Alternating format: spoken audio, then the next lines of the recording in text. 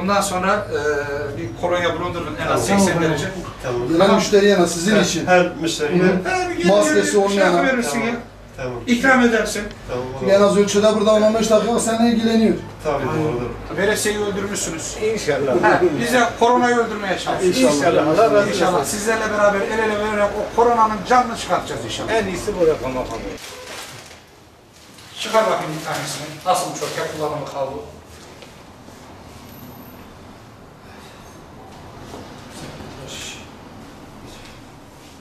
Evet, bugün yaptığımız denetimde işte şu an bir berberdeyiz. Tek kullanımlı kablosunu çıkardı, gösterdi.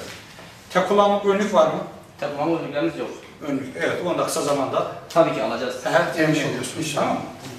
Evet. Teşekkür ederim. Peki, maskeniz var mı müşteriye verecek? Maske, yani müşteri zaten maske sanıyoruz. Bravo. Kolonyanız var mı? Kolonya yok. Niye yok? Yok. Gelen müşteriye ne vereceğim? Kolonya Adam var, vereyim mi? temizsiz teması geldiyse getir bak.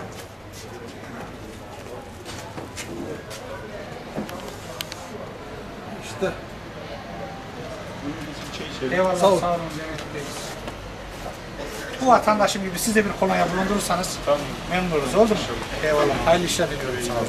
Şimdi sosyal mesafe olsun, maske olsun, hijyenik olarak el yıkama olsun ki bu bizim sağlığımız için yapılıyor ve ben de bunun için sizlere Sayın Başkanıma teşekkür ederim. Eyvallah, biz teşekkür ediyoruz. Yani tabii tüm dünya bu koronavirüsle mücadele ediyor. Doğrudur. Şimdi insan sağlığı devlete emanet. Aynen. O anlamda bizler devletimizin aldığı kuralları burada uyguluyoruz. Aynen. İnsanımızın da bizlere yardımcı olması gerekiyor. Doğrudur. Yani sonuçta bu maske çok insanı zorlayan bir şey değil. Sosyal mesafemize dikkat edeceğiz, temizliğimize dikkat edeceğiz. İnşallah el birliğiyle hem kendimizi hem toplumumuzu koruyacağız. Sizlerden de hassasiyet bekliyorum. Bugün olmadı ya. Bugün satış olmadı. Maske takmazsan 900 lira daha zarar edersin. Tamam mı? Bundan sonra maskeni tak, bize sana ceza işlem uygulamayalım. Çevrene de örnek ol, oldu mu? Peki, hadi hayırlı işler. Maske taktığınız için teşekkür ediyorum. Çok sağ olun. Zaten bu en fazla bu maskeye riayet eden bizim yaşlılarımız. Yani yaşlarımızın dikkat ettiği kadar gençler de maske taksaydı bu işi bitirirdik. Kıymetli Hilvanlı vatandaşlarım, sözlerime başlarken sizleri gönül selamıyla selamlıyorum. Evet, son 10 gündür Urfa Valiliğimizin talimatıyla ilçemizde koronavirüs tedbirlerini faaliyetler bazında denetliyorduk. Bir gün düğün salonlarını, bir gün halı sahaları, bir gün pazar yerlerini, bir gün camilerini vesaire olmak üzere denetimlerimiz devam ediyordu.